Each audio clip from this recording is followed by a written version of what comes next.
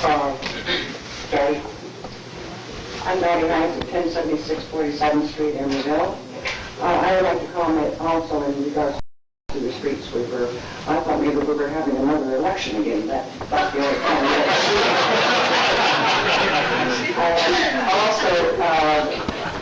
The gentleman was here just speaking about the lights. I see that one of the light poles was knocked down on 48 and San Pablo just recently or over the weekend. But my main reason for coming up here this evening is I would like to have or see that the citizens are all sent a letter in regards to our trash pickup and our heavy pickups twice a year. Now, over the weekend, across the street at 1075 47th Street, there was a couch, and I don't know whether it's a TV or a chest of drawers or whatever it is. They're missing now. I don't know whether the trashman picked them up or somebody just came by and could use them. Now, yesterday or Sunday, a big refrigerator was sitting out there right next to the telephone pole and was still there last evening. There.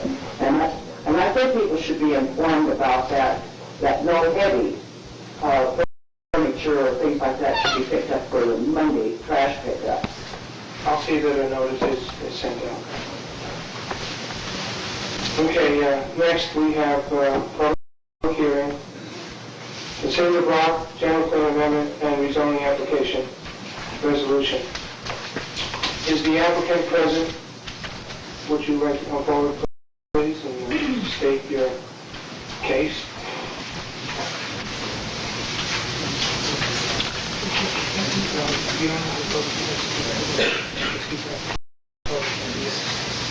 Yes, I'm Go right ahead. Stephen Block, an applicant. I have read the staff report on this particular application. I find it very all-inclusive, and I'm not sure that I wouldn't be wasting everyone's time if I stood here and tried to add anything to it. I know that at least one of the council members was on the planning commission and this came before him. And I think he understands the background very well. A couple of points, historical points. There seems to have been, all through this, a misunderstanding at least as to the fact that I had a legal permit to tear down houses at the time that they were legal to tear them down. And I did so. That was 5 years ago. My sole purpose then, my sole purpose now, was to allow for future parking because I have a building which wraps around this vacant lot. And I know enough about planning in the future to know that parking is a great problem when you're converting industrial area into anything else. Many of the existing buildings have no parking. They are basically non-conforming uses with your current parking regulations. And the ironic twist is that even if everything were granted that is being asked for, I'm still going to be probably before the planning commission asking for a variance concerning parking, because there never will be enough parking to satisfy the 20,000 foot building that I have which wraps around this. Nevertheless, looking at adjacent properties who have no parking, this is an opportunity, I believe, for the council to make a wise planning decision, and one which more or less corresponds to the original intent of the general plan, according to said waiver. Okay, Mark, I need your legal opinion here. This was noticed as a public hearing. Now, are there any legal problems if I proceed to open the public hearing? I understand from planning director that the notice required by the California Government Code has been given. In addition, the notice required, in addition to that, which is the municipal code requirement that residents within 300 feet of the subject general plan amendment to be notified, also received specific mail written notice. And so therefore, it's our opinion at that level that this public hearing has been properly noticed.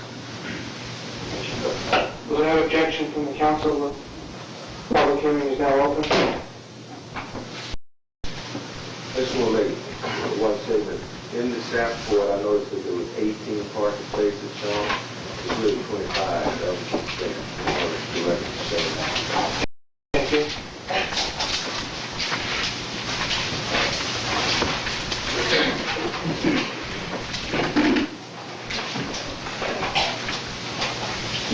May I speak? Go right ahead. All right. On that amendment for the redevelopment plan, as I stated, that was not 5 years ago.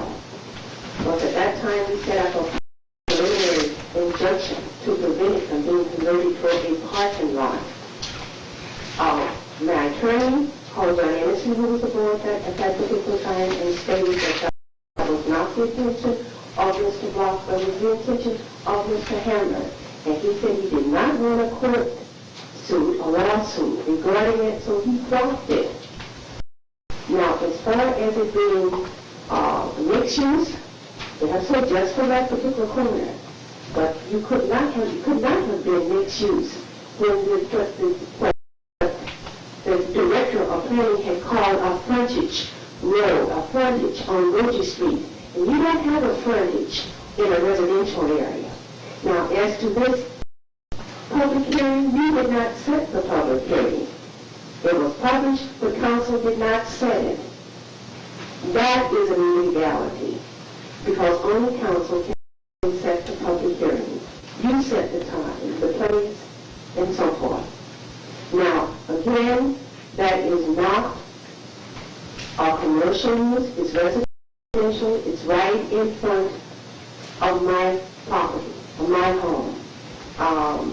There are several $100,000 invested on Ridge Street in road into Sloan and bringing housing, those houses up to code. It just doesn't make sense that Park would permit you to do this kind of investment in bringing the community level up, and then have you negate it by having a docking, a loading dock permitted in a residential area. And it is designated as residential.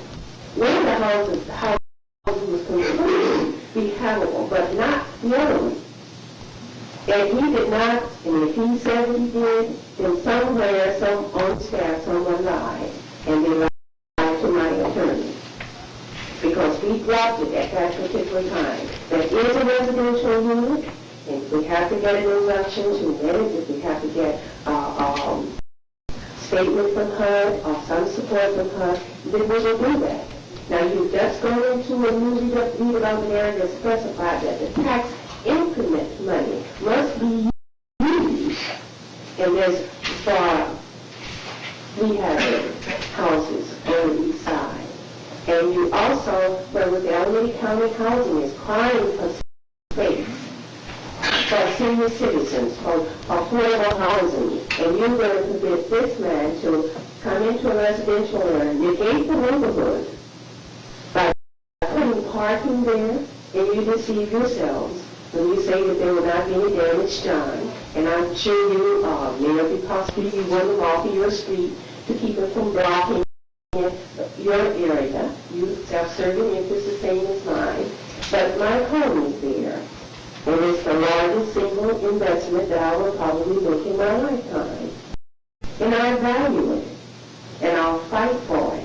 But I think that you are illegal. Perhaps you did send a notice out, but receiving it on Thursday, and that's when I received it Thursday evening, the notice of the public hearing today certainly did not give me enough time, laying aside the fact that I did get the flu, to respond to council in writing, or to have my attorney respond to you. There is not ample time. And I think that your first consideration should be the citizens that occupy that street, whether they are homeowners, tenants, or what.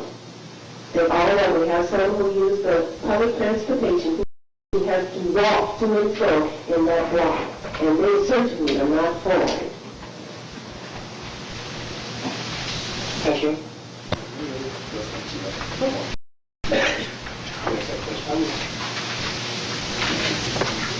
I just have a few questions.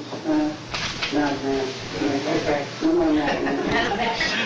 Greg, you probably remember a lot of part of this too. I didn't get my agenda this week, so I couldn't look this up on my planning commission. But I know we had quite a deal on that, and we did turn it down.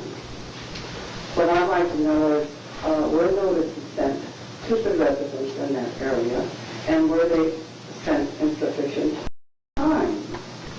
Because that was a long weekend, you know. My understanding, Mark, who sent out the notices? Gary? Notices were sent to all of the people in the area. We sent them out 10 days prior to the meeting, which is what we're required to do by law and by the municipal code. Okay, were published in the newspaper. Right.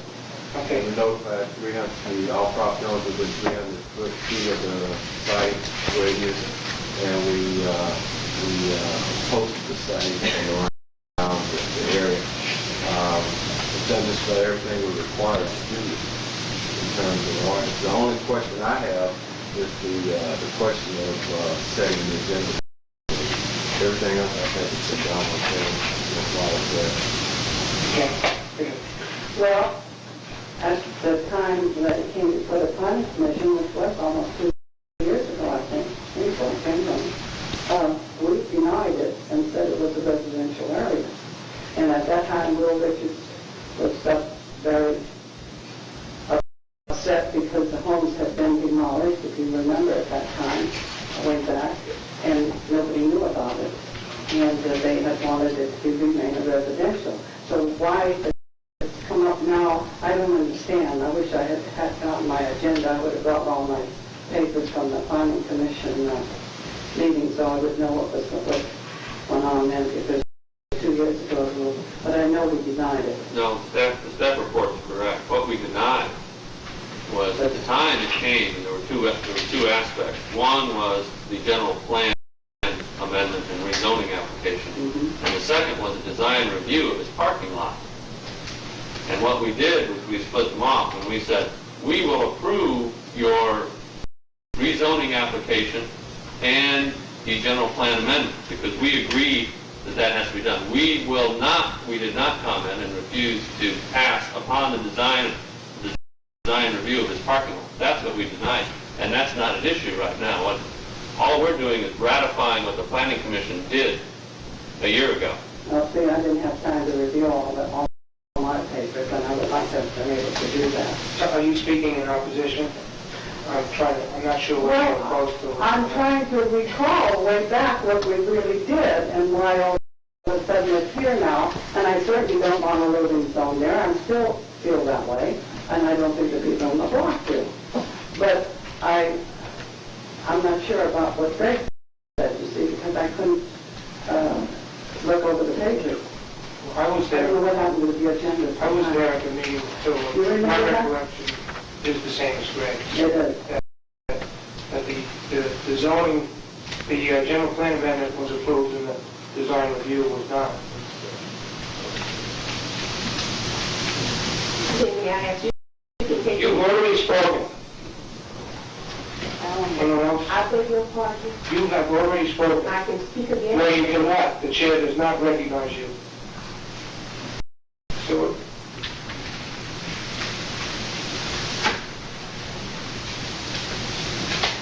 Sewer Classroom 106348. I guess really more questions than direct, or at least to start off with that question, which is, given that this was approved by the Planning Commission, what, a year or so ago, why wasn't this included in the Segway Brook general plan amendment, or the general plan that they proposed? Why is this being considered separately? There was a clerical error anyway in transferring this change over, because it happened about the time we were putting together the final general plan. And you'll recall the night of June the 2nd of last year when I recited a litany of items that either because the world had changed or philosophy had changed, whatever, we pinpointed certain changes that did need to be made in the general plan and did say that we would be coming forward with those when we had it prepared. This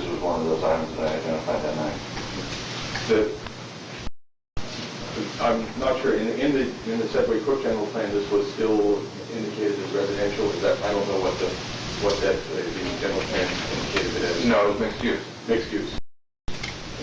I guess the one concern I have about this, and it's not specifically about this particular general plan amendment, but it's more general, if you will, comment on general plan amendments, which is that I'm a little concerned about this sort of piecemeal approach to general plan amendments, and this little parcel here wants to change their general plan designation, and this little parcel there wants to change the general plan designation.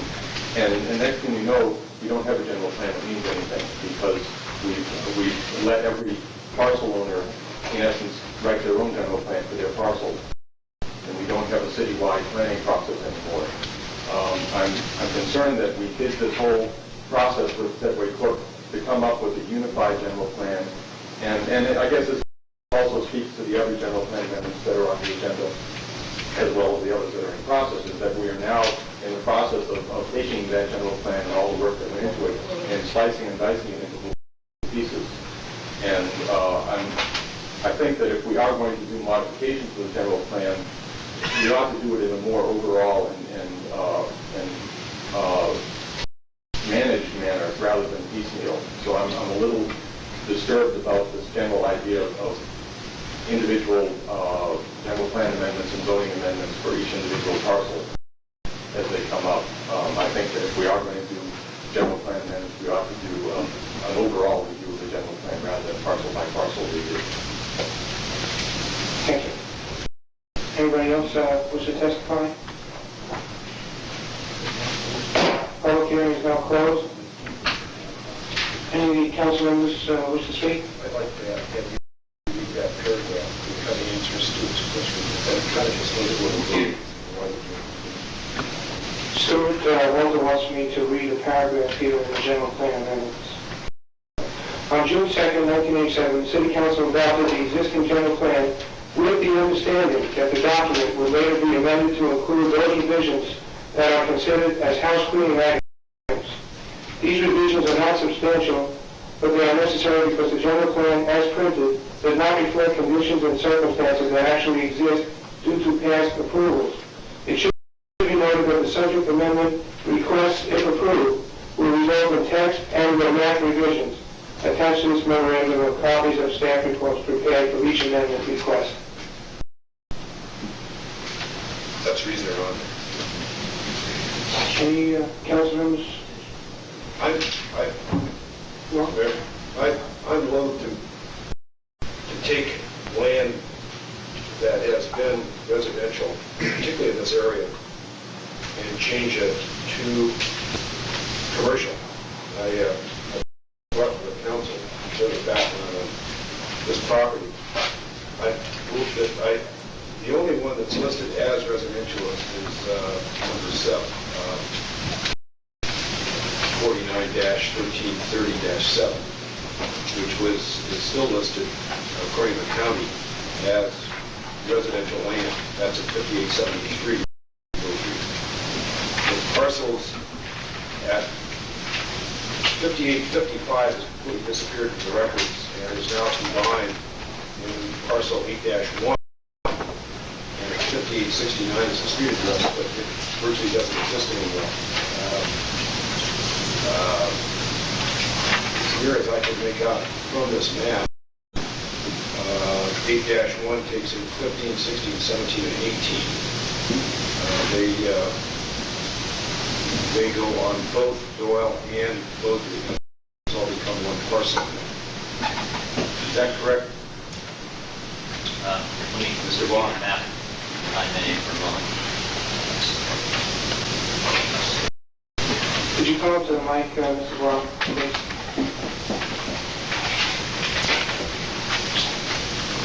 You're listed as the owner of record 49-1330-7, which is still, it says vacant residential, vacant lot, but it's still residential. Are you looking at exhibit E? Oh. I'm looking what I took off the public record this afternoon. Well, originally, there were 2 houses. Where was the other house? Adjacent to and to the south of. That would have been at 5869. After 69. In other What words, happened to 55? 55 still exists as an address. It's part of 5856 Doyle and 5855 Beaudry are one building, street to street, with an address on either street. So what you're asking for is 100-foot frontage? Is that the frontage of your lot, or 154 feet? The whole parcel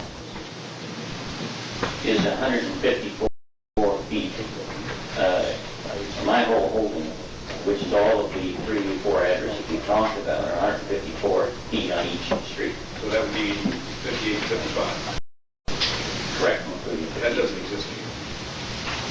Well, they only sent me one tax bill for the whole property, Right. You not... combine that all into 8-1, Well, which they also were- includes this property here. Well, when I bought the building, looking at Exhibit E for a moment, where it says one-story brick building, that was all one building when I purchased it. Exhibit E is on the staff report. Sorry. Yep. So that, you'll notice that it's got 2 addresses shown there, and this is off of a flat map, so, So 54, 58, 55 was built on already. yes, that's all one building. Okay.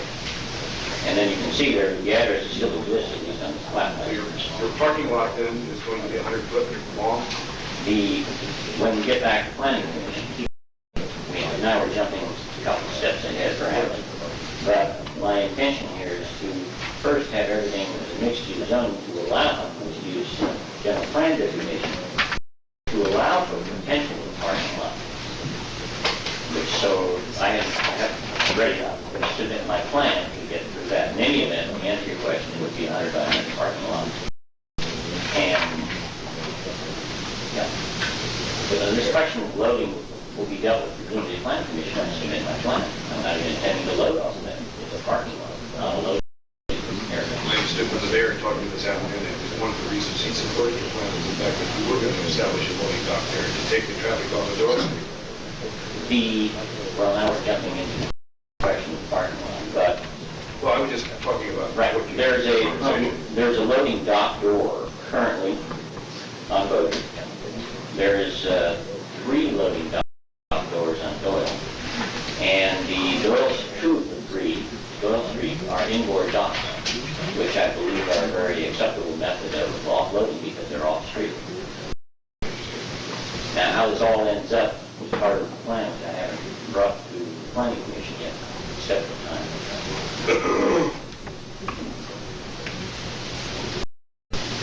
I just want to say one thing. I lived at 5880 Doyle Street, and many, many times I tried to go down that block, and there's a truck blocking the entire street. If one day I was sick, or I needed help, or anyone on that block needed an ambulance, and you have the street blocked, they can't get there. I think that use is inappropriate. I don't think anybody ever has the right to totally block a thoroughfare. I mean, it's just totally out of question. The only reason that I would support this, as Walter says, is because I want that truck, I don't want the trucks blocking Doyle Street. And that's the only reason I would support this. I would even ask the police department, I mean, if this gentleman, the citizen blocking Doyle Street, I think it's appropriate for the police department to take action. Well, the intent... We're getting off the subject. Yeah, I apologize.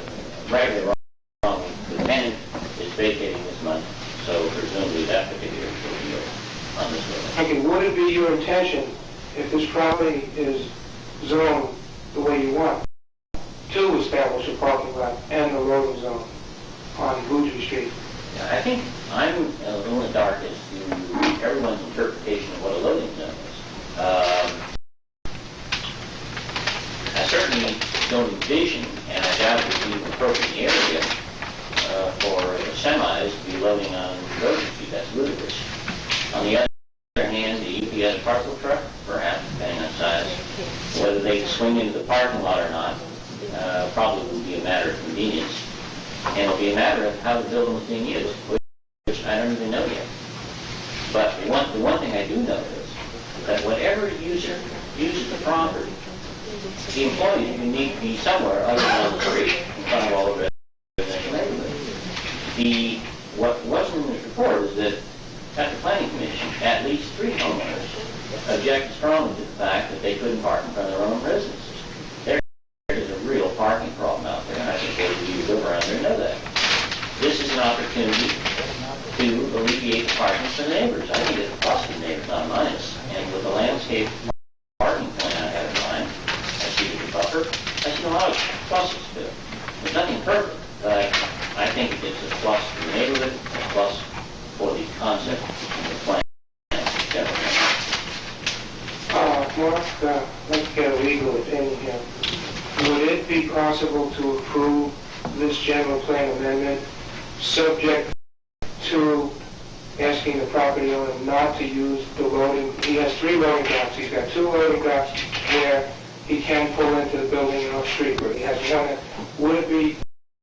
Is it permissible to approve this where he wouldn't be allowed to use that 3rd dock?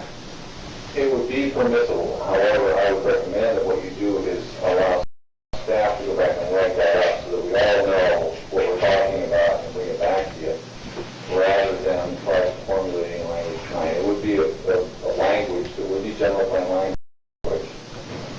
Then you get a notice process and so forth. So our recommendation would be to establish what the council would like, that the action be to send back to staff.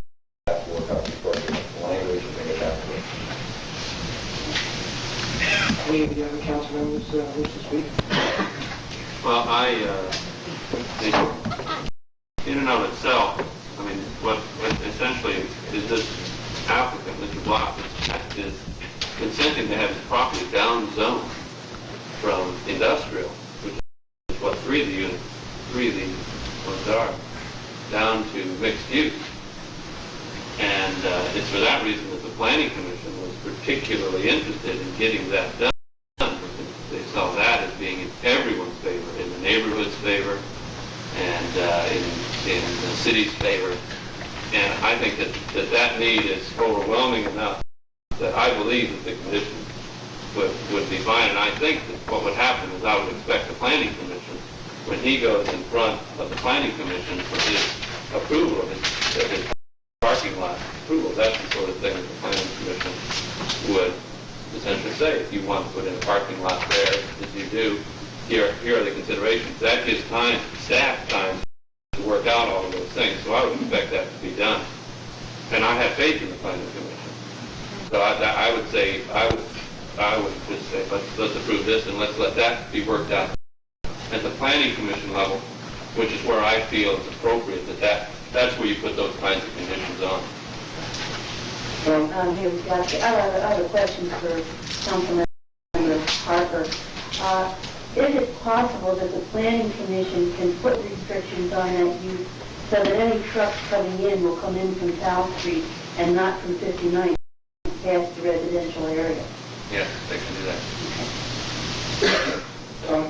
Yes, I would just like to say, ask city manager to have a copy of the landscape plan that was filed with the planning department for the property. I'd like to review that before we take action on this. Can you repeat that? I'm very sorry. Did you have a landscape plan? I submitted plans for the council, landscape plan. I have one with me in file copy though. Okay, you want to give me that or send a copy to me? Either way.